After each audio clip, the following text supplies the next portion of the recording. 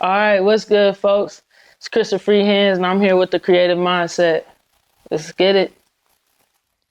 We back with another episode of the Creative Mindset. Today we got a very, very special guest.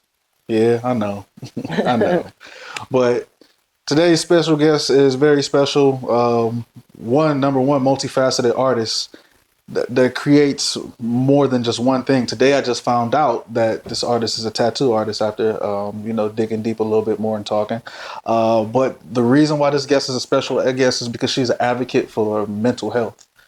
And that's what's special to us here at the Creative Mindset, because that's pretty much our thing. We like to dig deep into mental health and how it affects you as being a creator and how it helps you continue to go on and what you do to keep that mental health healthy. Creative Mindset family, welcome Christa Freehands. Yo, what's good? Thanks for having me, y'all. Yeah, appreciate you being here big time. Yeah, for sure. It's a dope place too. I like the spot. Appreciate you big time. So what's crazy is the host of the Sweet Place, which this is our home for the Creative Mindset, the host, Sade, had said, hey, you should check out Christa. Yeah, she's dope. She's cool, yeah. Real cool people. To the point, she done helped out with pressing the button on the camera too, okay. You know what I mean? Yeah. She our unofficial intern. Right. That's facts. But I'm glad that we got you here today. And like I said, the thing that stuck out to me the most with you is I see that you like to incorporate mental health in your pieces. Yeah. So I'm pretty big on mental health for several reasons. Like for a minute, I was a pretty quiet kid, to be honest with you. Like I ain't talk too much. I just would play, play with my homies and draw. That was it. Mm-hmm. And then I would draw a lot of stuff I was thinking and feeling. I'm the oldest, so I don't know if y'all know about being the oldest, but you ain't really allowed to have feelings when you the oldest. You got to kind of deal with shit. You feel me? So it'd be like if you being vocal about how something's making you feel, you kind of push to the side because you got to help with the younger ones, and you got to be the more responsible one because you the oldest. Just if this falls on you. So I used to express myself a lot through art. And that's honestly, for a minute, that was my only voice. So, yeah, and once I realized that, once I started showcasing my art, and I would have conversations with people, and they'd be like, it's like some people be crying with me, like, yo, I feel this. This is exactly how I'm feeling. Like, can you explain this piece? And then I'll tell them, like, yeah, I was going through this, and I was experiencing this, so this is where it's coming from. And then they'll be like, I'm having the same experience, or I got a sister that's having this experience, or I got a brother, and it just grew from there. So, like unintentionally, I was always putting it in my pieces, and I just I'm just a real advocate for creating how you feel, expressing yourself. I feel like some of the best art comes from your feelings, when you feeling a strong sense of emotion. Definitely. So from when we was talking a little bit off camera, I learned that you were a hooper. Yeah. And just from what you're just telling us right now, that your foundations was drawing. Yeah. So what made you transition over to painting, and how long you been painting? So in high school, the only reason I graduated high school was basketball and art. Mm. I didn't really care about schoolwork. It wasn't my thing. It seemed like ridiculous. I don't know. I didn't feel like we were learning about stuff that we actually needed in real life. It'd be hard for me to focus. A lot of my teachers didn't have the patience for me, so I just didn't stop really caring. Mm-hmm. I had a couple of teachers that was like, would take extra care, notice that I was like, maybe she needs just like a little bit more of attention because she got like a short attention span or something. Mm-hmm. But yeah, I would just be drawing in class and hooping. Like that's all I really cared about doing. So I actually started taking art classes. My guidance counselor started making sure I was taking art electives to assure that I was going to, have classes that I was going to pass so I could hoop still. Mm-hmm. So like that was the only reason I was still going to school, so I could play basketball and do my art electives. But I really enjoyed art. I didn't realize how much I enjoyed it until I was like doing it in classes. Like I took drawing, I took pottery, I took ceramics, I took painting. I think the only art class I didn't take was photography. But yeah, I took every level of every class that I could take. I even did creative writing, and I really enjoyed it. I realized like, oh, I'm good at this. And I even did stuff like I designed a couple of our basketball shirts when I was in high school too. So I didn't think too much of it. I thought this is just what I do. You feel me? And then I did like my first year of college, and again, like it was professors that just didn't really like want to give me any extra help, or I just was like, I don't really understand this, and they'd be like, oh well, you came late, and I'm like, I came late because I was at practice, and they were like, they had this thing against athletes because they student athletes because they couldn't stand you coming in later to their class. They think you're getting extra, special attention. So I had a couple of professors that was trying to prove points, and I was just like, I don't even really want to do school. Then I was starting to draw in class, and they were like, oh, well, show everybody what you're drawing. And then people, it did. I think she thought it was going to embarrass me, but it did the opposite. It had people coming up to me after class like, yo, can you draw my logo? Can you do my cover art? Can you draw me a tattoo design? So then I was like, I might as well just do this art shit because I'm always doing it. And it doesn't matter where I'm at.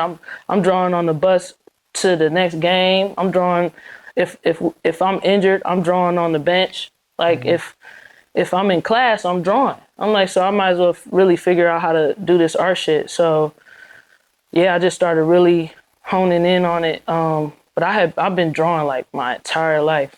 Painting is something I started teaching myself after my first year of college. I was like, okay, I'm gonna teach myself how to really, really paint. And then I just started I just locked in and just started practicing pretty much every day until I really liked what I was creating. Yeah.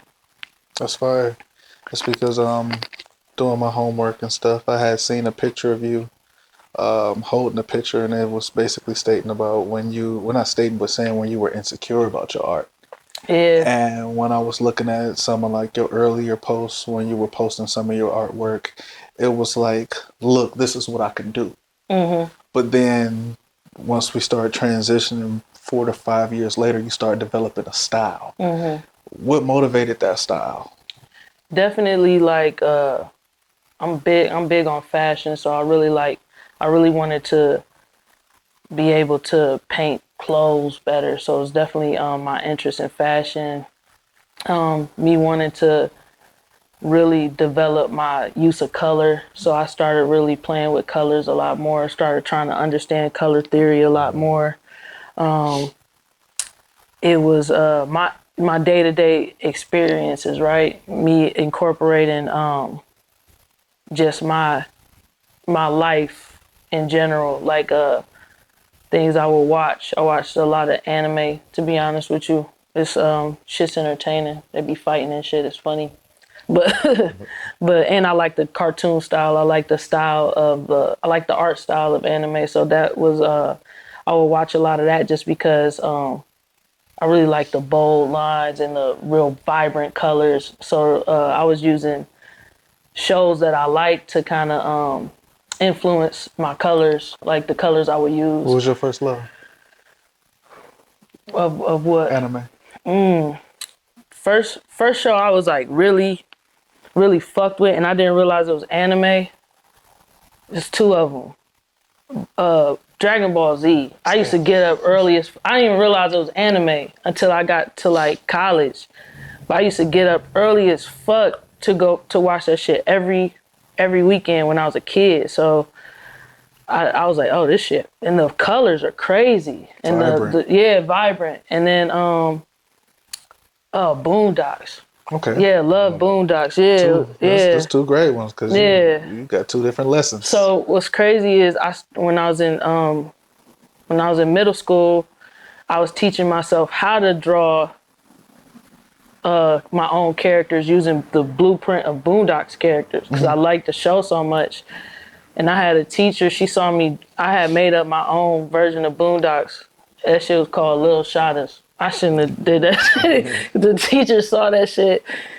She had me go to the principal's office. She had called she was like, "Is there gang violence at your home?" Like, bitch, we live in South Euclid. No. What are you talking about? I'm like, it's a TV show, man. It's a TV show. I was like, I just drew my own versions. Like, she made a whole big deal out of it, man. I was like, That's wild. Yeah, it was ridiculous. It was ridiculous. But I used to draw that shit daily, and then a lot of Kirby. Okay. I fucked with Kirby too. Again, the colors. For me, Boondocks, I like the stories, and I like that the characters was black. Like off the bat, it's not that many characters that you see in that style that were black, especially like when I was in middle school. So yeah, I was like, oh, I'm about to. Still ain't. It still I was ain't. about to say, there isn't, for real. They trying, but yeah, like you said, it still really isn't. That's why I really gravitated towards Boondocks, and I was like, I had the manga and everything. I used to just draw stuff out of there, but those was probably like, I still fuck with Kirby. Like, it's crazy. I got a Kirby necklace and everything. Kirby ring, it's I ridiculous. gotta get you hip to Princess Monarchy. I fuck with It's 1997. That's old. Yeah, 2.5-hour film. Yeah, I love Crazy work. Yeah, I love that's a Studio Ghibli. Yeah, they got It's great art. It's very cinematic, and it's great storytelling on top of it. Great storytelling. Yeah, I agree with you. Why you ain't get me hip? Shit. I mean, it's on HBO Max though, bro. Yeah. Definitely watch it. How I got hip to you was last year at the open mic. I work for New Voices. Okay. So your art was featured there. It was the money and the weed. Yeah. And I was like, man, this is dope as fuck. Like, I was really tripping on that. And that was like a heavy collaborative space. I felt a synergy there, which brings me to your drawing nights. Yeah. Like, what inspired that? Because a lot of times for you to have all of these different derivatives of art, you was, a student, you studying all of these different things. Usually people tend to be a little bit isolated. Yeah. When they got all of these different containers that they can dump into. But for you to expand and invite people into your creative world, right? What made you do that? So it's like a few things, right? So like, I had started going to drawing challenges and drawing nights with my brother. My brother also is an artist. He a crazy dope illustrator. Like, he don't put himself out there enough, but dude can pop out make a character from thin air. It's crazy. So he likes stuff like that. And we went to a Comic-Con, and after the Comic-Con, one of his favorite illustrators was having like a drawing night. He was like, we about to go here because you can win, you can win equipment. Dude won my brother won like 2 nice pieces of equipment, like illustrative equipment there. And we were doing just speed challenges, but it's for people who really draw. And I was like, oh, that's dope. And then I had went to a couple other ones in the city as well. And I had got invited to one at Greenlight, and I enjoyed it. As I got to draw with like other people that everybody, I knew everybody there. It was other creators that they had invited there that I was like, oh, this is fire. Like, this people I know in this bitch, and we just in here drawing and drinking and vibing. It's dope. And then we didn't do another one, or I didn't get asked to another one, which is cool. So I was like, man, I want to do some of those, because my brother didn't know of any other ones going on. I just wasn't able to find enough where I could do them frequently how I wanted to. So I was like, fuck it, I'm gonna just do my own. And then I started doing them at the tattoo shop I work at, which is Red Lion. And it was just from like me drawing with people that I'm already cool with, like drawing with my brother, drawing with friends. It was just made me, I thought like, if I could have a space where I could do this whenever, and then we just do challenges, or maybe I can even create a space where people can like develop their skills, like maybe become better artists. So I just decided to start doing them, just see if people would come through, and people fucked with it, and it just kept going. And what was dope about it too is I was also a church kid, right? So I frequenting church now, but like it's something about like a congregation, you feel me? It's something about knowing that you're gonna see certain people every time, and jam sessions almost yeah, be like communion. yeah, and I felt like my drawing nights kind of turned into like my church in a way, and I had even told them that in one of the, and like when we were just all sitting talking and sharing, because we do like we'll share our art afterwards. And I'm like, this is like church for me, low key, because I get to be in a safe space where I can express myself and talk with people about, what they're going through, what they're experiencing, how they're moving through it. And at the same time, we all get to grow and improve with each other.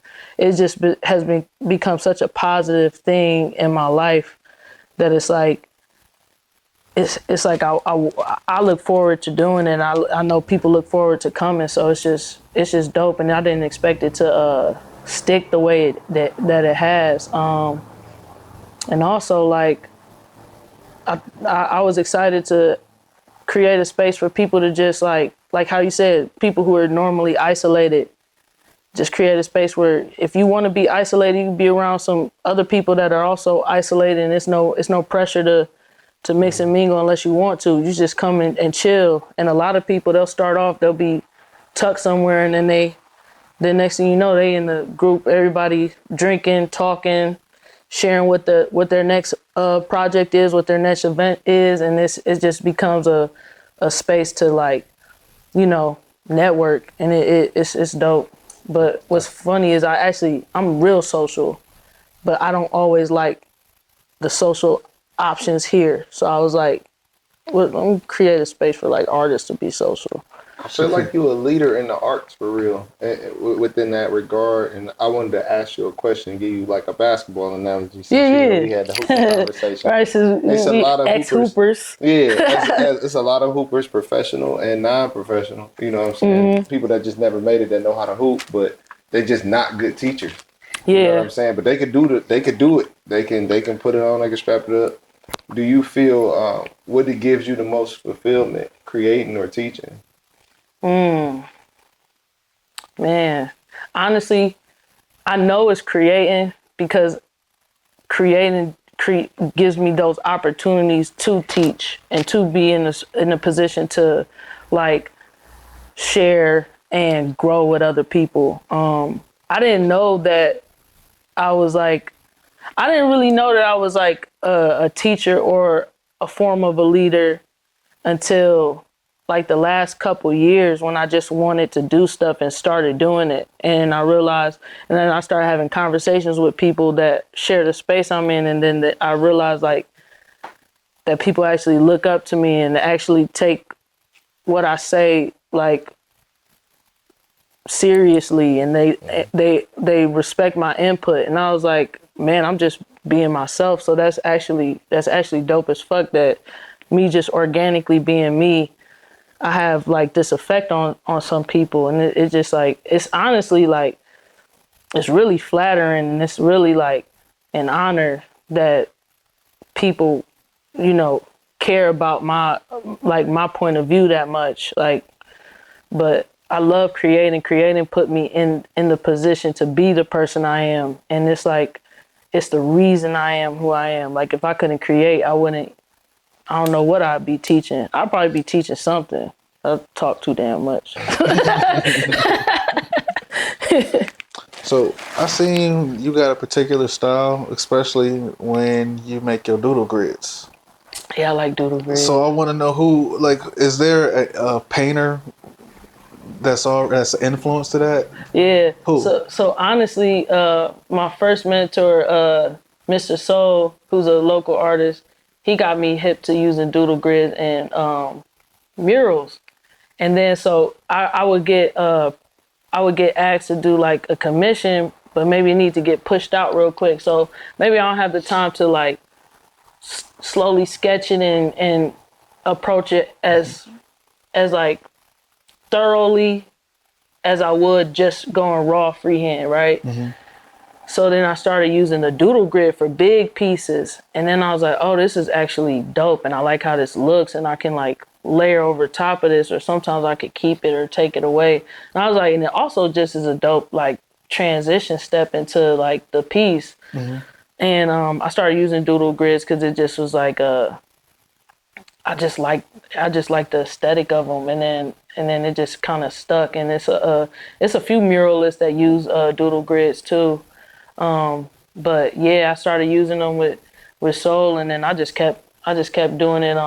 I started mixing it in other stuff I did. Yeah. Shout out to Mr. Soul. I want to shout out to Mr. Soul because when I was looking at your doodle grids, I ain't even gonna lie, I thought that it was an inspiration from Keith Haring.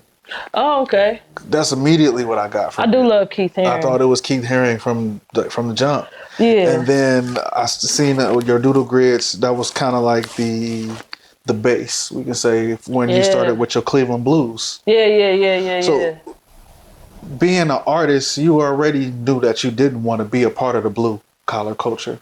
So what's the inspiration behind creating the Cleveland blues? Because I thought that was kind of fire. Us as artists, we like to be like, no, that's not my lane. Yeah. But you jumped out that lane, but then was like, I'm gonna show appreciation. So yeah, and love to this lane. So I actually like love blue collar workers. Especially my father was a blue collar worker. I remember he always had on like a full Dickies fit and come home with like broken fingers and shit. Like would be because he worked in the factory, right? Sound like a factory. So yeah. So he used to, and then and back when they had to like actually like fuck with the machines before the machines was actually doing what they needed to do. He might have to fix the machine, work on the machine. So he'll just come through looking like he went to war. And I thought that shit was dope. And I'm like, man, this nigga tough. Like he keep coming in these like this full fit and like he go right back to work and do the same shit. Like he ain't just get fucked up. Like that's crazy. So I thought he was just cool as hell because of it. So I already liked blue collar workers because of that. And then I realized a lot of people in my life were blue collar workers. Like it just like my dad also worked like for Lube Stop, and he also did a part-time job for like firefighting for a little bit. He worked at Ford for years, and he worked at First Energy. Like he was always doing stuff like that. And then that's fire. As a black man, that's fire. And then my mom, when my parents separated, my mom got into working, and she the one job that she went to school for that stuck with her was driving buses, and she be driving charter buses. She drives for Lake County. She be driving the Browns around and shit. So I'm like, and she likes it. And then, I got friends that's chefs, and then I started painting. Because when I got out of, when I decided I wasn't going to go to college, my dad was like, well, you need to learn a trade. Because if you ain't going to go to college, then the only other place you can get for sure money, and that's always going to be looking for somebody, is a trade. So I learned how to paint houses because I was like, I want to do murals and stuff. So I was like, if I could start with painting houses, because I can learn what materials to use outside, what materials to use inside. Like I'll learn the basis while I'm also making some bread. So I learned how to paint houses, which I love. If I wasn't doing murals or painting canvases, I would definitely be painting houses. I like that shit. And then I just and then we live in Ohio, farmers, like come on, like yeah. Like so it's just like I was just trying to show. And then I did a couple of the Fresh Fest I had a couple of Fresh Fest gigs with Ridall Farms. So and that's an urban farm right there, like urban garden. So I just thought it'd be dope to show love to that space, because I'm like, if we gonna really talk workers, we in Ohio, this is the foundation of Ohio right here. Like, I mean, construction workers, like, come on, we passing construction every day. Our roads is fucked up, but but we always see in the construction workers. So it's like I just wanted to shed light on the fact that like I believe that that's the foundation of Ohio, especially Cleveland. That's the foundation of the world. Shout out to you for Facts, that. facts, facts, true. Because most people dream big. They want to be doctors, lawyers. With the younger generation now, was content creators. They want to be Yeah, rappers. Yeah. Well, who gonna fix right. the roads? You know, Yeah, who gonna make the products that you want, yeah, They that you say that need? a You know lot what I'm of saying? trades is missing right now. yeah, yeah. Exactly, like plumbers. You know what I Yeah. mean? Right. Electricians, Yeah. Electricians. Yeah, carpenters. You feel me? yeah, So yeah, like I'm with you, and yeah, that's why I thought that was really dope because I kind of share the same sentiment. My dad was like, "Look, you either gonna go to college, army, or get a trade." yeah, And when you young and you a creator, you're like, "Man, I ain't about to do that, man. I'm a yeah. creative." So Right. for you to, like I said, make your lane and then, hey, let me show some love and pay Yeah, homage to yeah. these people. I think that was really fire, and I wanted to know what the meaning behind that and what it meant to Appreciate you. it. Yeah. That's deep. Let me piggyback you though, bro. You got it.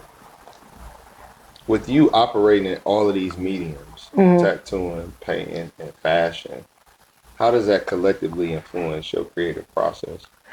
I definitely think like, Because you like a real embodiment of an artist coming out of Cleveland. To okay, me. I Like, appreciate you know what that. I'm saying? Yeah. Even when you walk in, I'm like, motherfuckers don't even know about DuckTales, man. I put on the DuckTales movie, the kids was like, this hard. Right. Mr. Scrooge. Like, Right, you know what I'm right. saying? I thrifted this joint too. I was like Yeah, $3. cool kid I was like, shit. y'all tripping, $3. Yeah, I see the Corletta, the wheel, the pen. Oh yeah, I'm yeah, like, yeah, it's yeah. cool kid shit. Yeah, man. I'm definitely like I think when it comes to being a creative, I'm one of those people that's like my parents were creatives, right? Now my mom, when she was a stay-at-home mom, it was very much so like, here, sit down and do this to keep us busy. And it just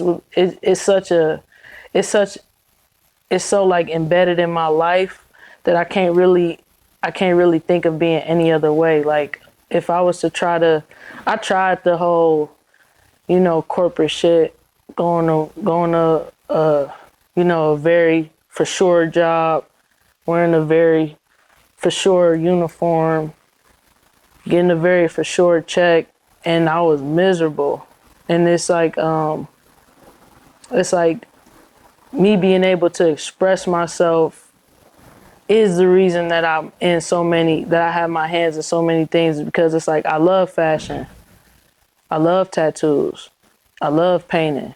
It's like if I'm doing one, I'm doing the other. And it's like if you see me painting, I probably am painting something that has to do with fashion. If you see me tatting, I'm probably like fresh as fuck tatting somebody, just because that's just how I like to be. It's like everything melds into the other thing. If you see me, creating clothes, I'm painting on them, I'm stitching them up, and it's just like everything. I'm my main focus right now is because I know that I enjoy all those things in life. It's just trying to make them flow seamlessly together and just, pretty much make like a stew of how I want my life to be, and just make sure it's like it's on point.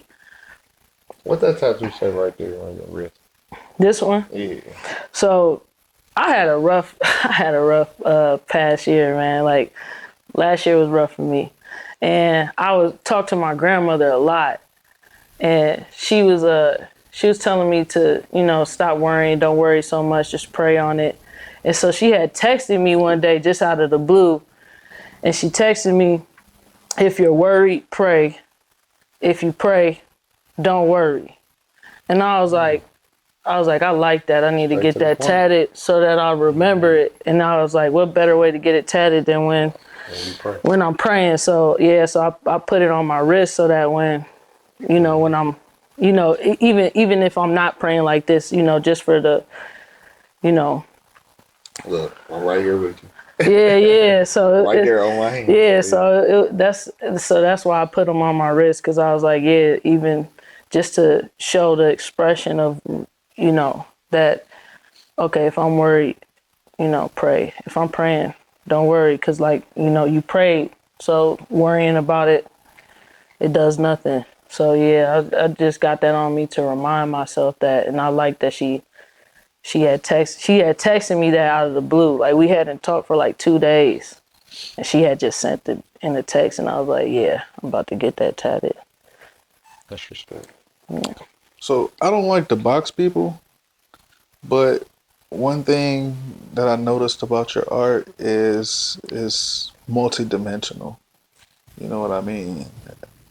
I'm big on being literal sometimes too, but at the same time, being an artist, I know that you can make whatever it is that you want to make it. Mm-hmm.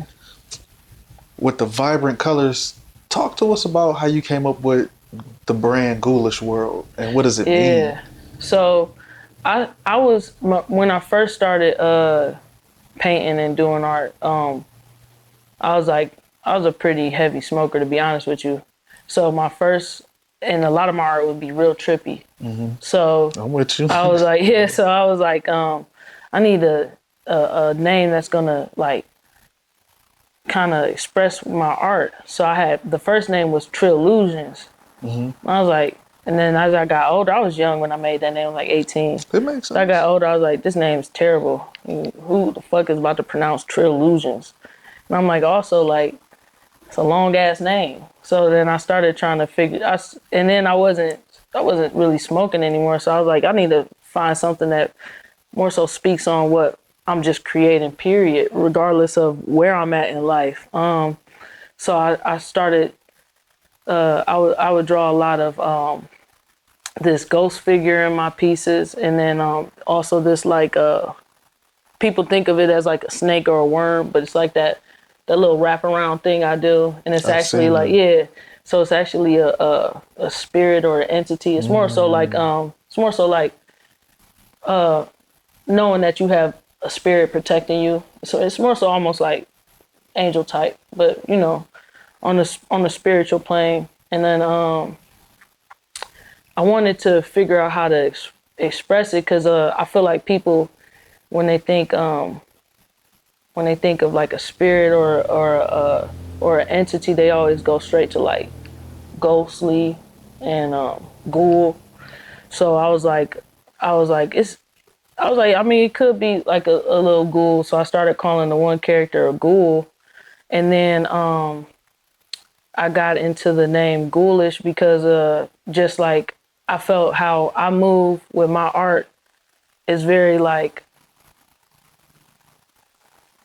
I'm very diligent about getting where I'm trying to get to. It's not almost like super determined and by any means, but not in like a negative way. And I thought that like I was like ghoulish would be dope because I feel like my term or my idea of ghoulish is just getting what you want regardless, getting what you want, getting what you need, and being adamant about it, being diligent about it.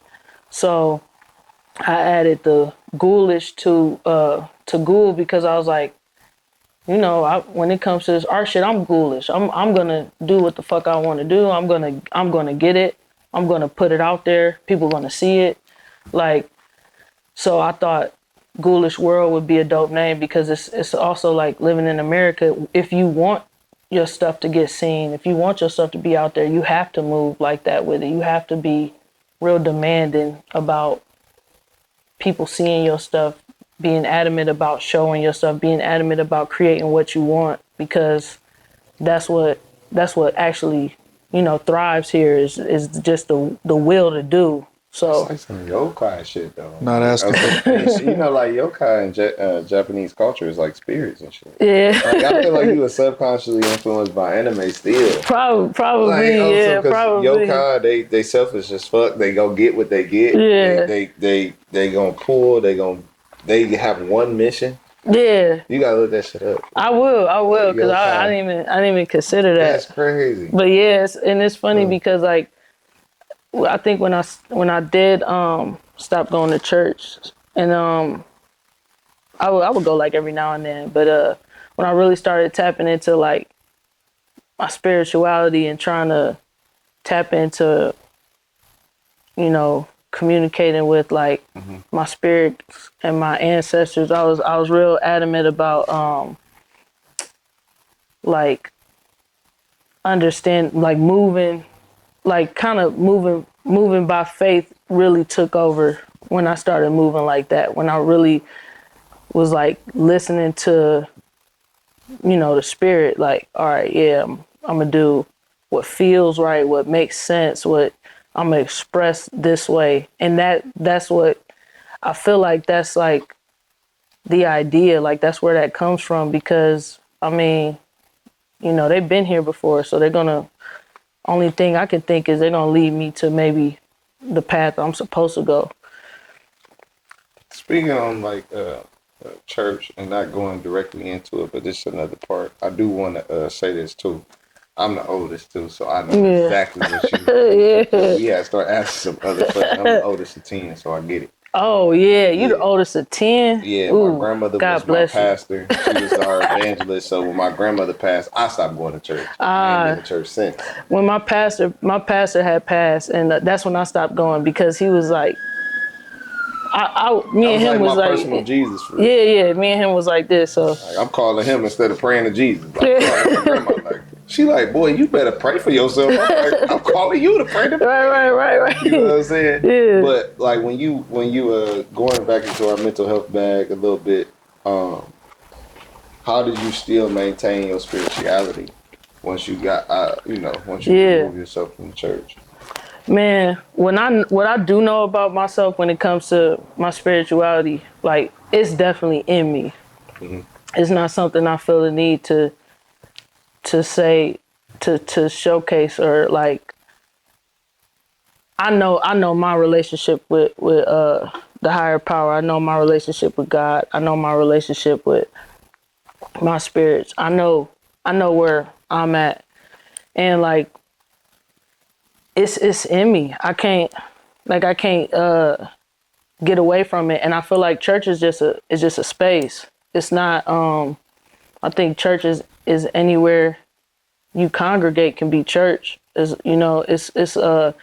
all about your intentions when you're in those spaces. I know that I move with love and light, and I'm not a malicious person. So I know that I got good in me, and I know I move by faith. So I don't feel like I need somebody to tell me that I'm not doing that just because I don't go to church, because it's something I was taught to do that as a I don't remember being taught any other way. So I still move like that, because that's in my core character. And I like that about myself, though. It's stuff I love about church, and honestly, I would still go to church just to, honestly, when I was still going to church, I would go out, listen to the choir, then I'll leave. Like, I go listen to the music. I'll be like, oh yeah. I'm like, that's what I needed. And then, and then I did. So I was like, so it was like, it was like, I still was, I was still moving by faith. So I didn't really feel the need to be in church, and I didn't think any less of my faith because I wasn't in church. Because it's and then the like how you said, like, once your grandmother died, you kind of was like not really going. Like, once my pastor had died, that was the only reason I was still going to the church. Everybody else at the church had too many opinions on who they thought I should be and what they thought I should be doing. And that was probably the only person that was just like, just asking me about what I'm doing and genuinely excited to see me, becoming the person I was becoming. I was like, oh, this is the reason I was even still coming here. So, and I feel like I said, I feel like you can have church anywhere. It don't have to be in a church. Well, there's two or more that is church. I'm about to The say, Bible bro, would say. Here. Tabernacle. We having church right now. Hello. I was Right. thinking, come out here.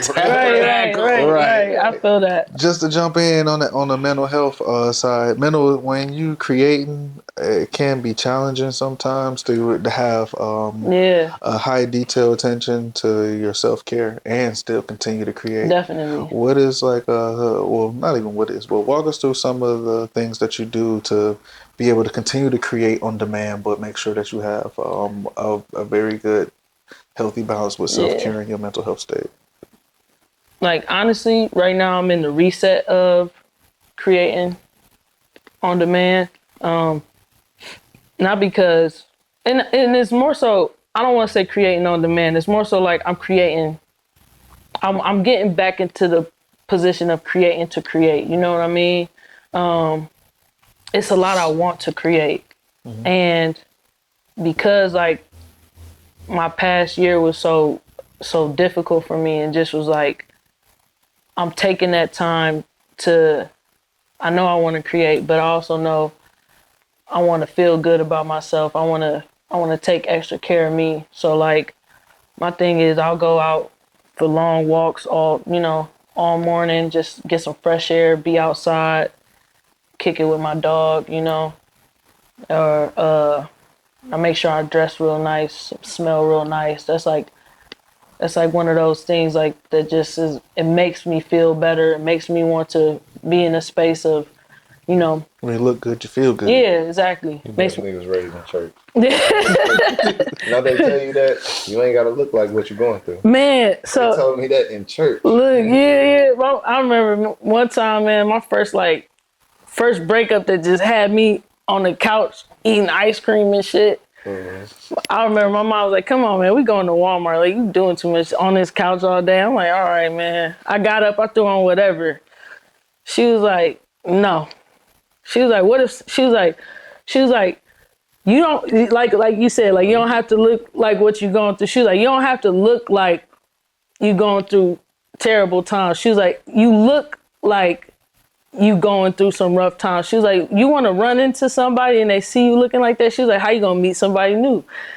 What if you run into your ex and she see you looking like that? She gonna think she made the right decision." She was like, "You got it." She was like, "Yeah." She was like, "You gotta." She was like, "Put something nice on." She was like, if you look good, you'll feel better. Like, just put something nice on, Right. smell nice." And I did that too. I put something nice on. I put something that I liked on, just to go to Walmart. I'm like, fuck it. Went to Walmart, and she was right. I ran into like too many people, and I was like, we got in the car. I was like, "Oh yeah, yeah." I was like, I ain't never going out the house looking crazy again. She's like, "You don't have to." Like, she's like, "You tripping?" And then my grandmother's like that too. She's real big on like, you might be broke, but you ain't gotta look it. Like, she was like, how people supposed to trust? She was like, say if somebody wants to invest in you, they ain't gonna invest in you if you look like you ain't got no money. They gonna invest in somebody that's looking like money. People never give money to people that seem or appear desperate. Yeah. So Crazy I was how that like, works. yeah. So I was like, and then my grandmother's real big on that, faking it till you making it type shit. So like, which I don't think is, some people think it's a bad habit. I think it puts you in position. So it's like, yeah, I'm big on that. And like you said, like growing up at church, you gotta look nice all the time. Like, Sure. I got old pictures of me and like when I was like 4 with like damn satin gloves on. Like, Oh, we who's gotta that see for? We gotta see this flying. Oh, you talking about the princess up to your elbow? Yeah, That's crazy. I got some church pictures for you. Man, like I'm like, this is crazy. But my family, my mom's side of the family is trying to press me to come to the church they go to. I'm like, I'm gonna come and listen to the music, then dip. I'm like, but I'm gonna come. I'm like, it's stuff I like about church. I like getting dressed nice and talking to some people, listening to some powerful messages, and then It don't hurt to check it out. it don't hurt. Yeah, it don't hurt. You It can don't always hurt. come visit because if you Yeah. don't like it, you don't got to come back. Yeah, facts. Question: while we still in the mental health bag, has Yeah, there? yeah. And you also talked about that breakup. Has there been any piece that you created that stemmed from like a low moment? And and while creating that piece, how did it help you heal? Yeah, like I've created so many pieces from low moments.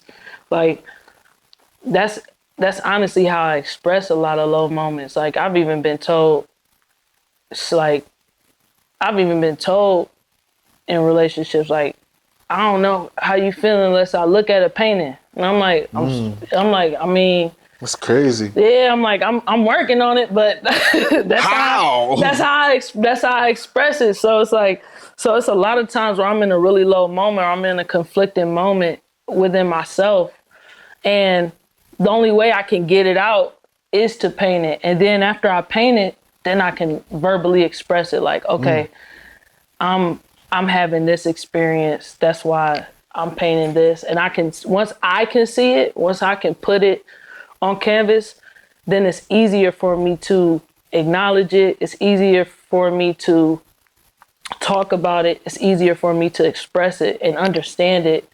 And it's almost like me visually digesting it helps me like go through it and live it. And it's like, I mean, some people see it as difficult trying to understand an artist that way, but as an artist, it's one of our main recipes of staying sane. You feel me? It's just like, that's our therapy. Is if I couldn't create, I'd be dead. Like that's just a fact. And it's not to be morbid, it's just what it is. Absolutely. If I didn't have the ability to truly express myself creatively, I wouldn't be here.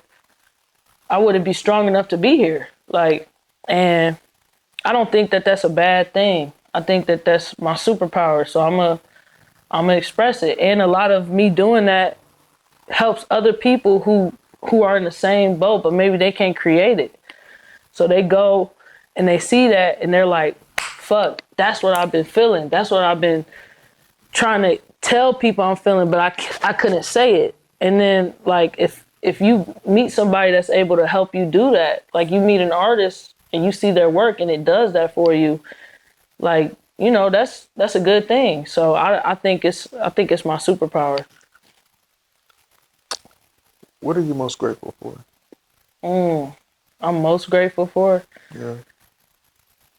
I'm most grateful for the love I got in my life. The people around me like fuck with me. They love me. Like I promise it's I will never be too low because I got somebody around me that's gonna pick me up. I got somebody around me if I had no money to create any type of art, or if I had no space to create any type of art, it's somebody in my community that's going to be like, nah, fuck that. We got to get you somewhere to create. We got to get you some equipment. What do you need? I really have that.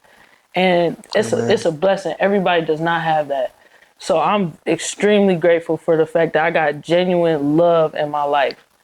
And then the next thing I'm grateful for is just my ability to literally create, like to manifest what I want out of life. That's a superpower right there. Yeah, for sure. Perspective is everything. I appreciate that right there itself because everybody don't have the mindset to be able to manifest things. Yeah. You know what I mean? And if you can think it, you can visualize it, it can happen. And especially when you put these two hands together, because God will make it happen as long as it's within His will. Yeah. And He created you to be a creator. Right. You know what I mean? You pleasing God when you are a creator. Yeah. And then to take it a step further, when you create into where your artwork serves other people, and whether it's inspiration or it's pulling them through something that they're going through, that really is a part of His will. That's a big shout out to you for that. And we had a conversation about it in one of the, I'm a part of this art project, and we were all talking about it in our last meeting. And one of the things I was saying is being a creative, what's dope is when you have the ability to create, you have the ability to manifest, and having that ability, it proved like it's a true gift. It's a true blessing because that means God trusts you with the ability to create. That's a creator trusting another to create is a big responsibility. So it's like, it's really dope just having that ability, because it's like a reminder that like this is a pretty like heavy thing to carry. It's important to be like to be intentional with it, to not take it for granted, and to not, not use it loosely, not use it for ill, but maybe, figure out ways that you can use it for greater good. It's an important thing to understand. We was having a conversation about that, about how we what we doing here at the Creative Mindset, and I just want to say I appreciate you saying that, and I appreciate you trusting us as creators. Yeah. From a creator to highlight you the proper way. If you can, just speak a couple words to right. That's when your mouth get too juicy. But we'll talk about that offline. But just speak to the different creators that's out there, the people that are artists, the people that paint, tattoo, that want to do what you do. What is the biggest thing that you embody on this journey, and how do you keep yourself going? Yeah, I say like the biggest thing is to just is to do it. You know what I mean? Like, not underestimate your idea, your ability. If you've seen somebody else do it, like I love that whole idea that just because someone else did it, it doesn't matter. You haven't done it yet. Like, it's always a different perspective. It's always a different opportunity to see something through a different lens. And we can't see those different points of views if people are too afraid to just get out there and start. It's really just about like taking that leap of faith and just being like, I'm going to try it. And then the more you try it, the more you do it, it just becomes second nature. It just becomes like something that you're doing organically. It's in you at that point. Like, I think a lot of creatives are hesitant. I do it myself too. Like, I'm hesitant on a lot of things, and I gotta remind myself. I was just talking to my friend about this, and she was like, "Oh, why don't you apply for more things?" I'm like, I'm nervous too, because I don't really know how to do that.